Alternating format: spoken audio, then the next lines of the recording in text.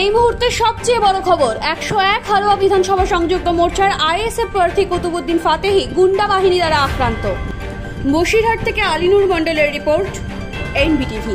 সরকারই দেখছে, আপনার প্রশাসনের সরকারও দেখছে, যে ওদের প্রত্যেকে গ্রেফতার করুন।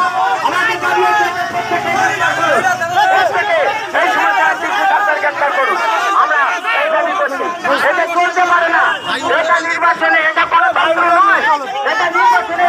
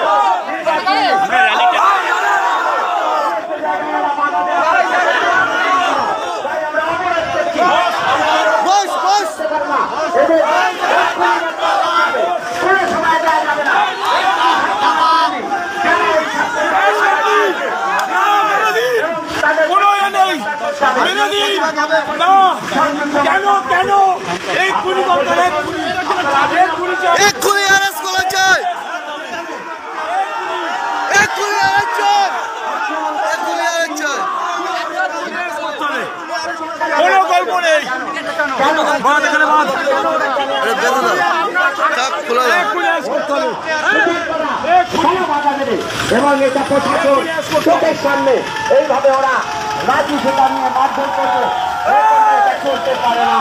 তাই প্রশাসনকে একে আমরা দাবি করছি,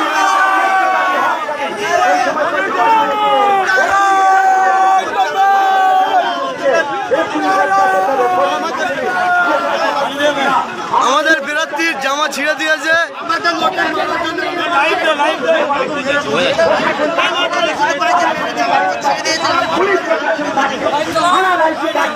প্রকাশে লাগিয়ে এনে আমাদের মারছে, এদের এখনই গ্রেফতার করতে হবে,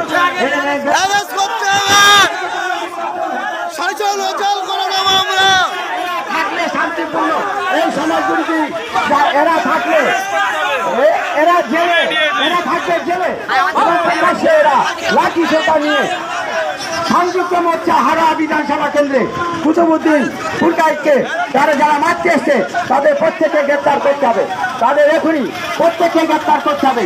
এর দাবি আমরা সংযুক্ত মোর্চার পক্ষ থেকে আমরা প্রশাসন আপনারা দেখেছেন, এরা তৃণমূলী দুষ্কৃতী আমাদের উপরে হামলা করেছে, এরা তৃণমূলী দুষ্কৃতী। আপনারা দেখেন কালো পতাকা নিয়ে দাঁড়িয়ে আছে আমাদের এইখানে, কালো পতাকা নিয়ে আমাদের এইখানে দাঁড়িয়ে আছে। দেখেন তৃণমূলী দুষ্কৃতী, আপনারা দেখেন, আপনারা দেখেন আমাদের উপরে হামলা করেছে আজকে। এই দাবি করছি, ন্যায্য দাবি, এদেরকে গ্রেফতার করতে হবে। নিউজের লোকেরা কোন গাড়ি মাথায় কত বড় পাগল।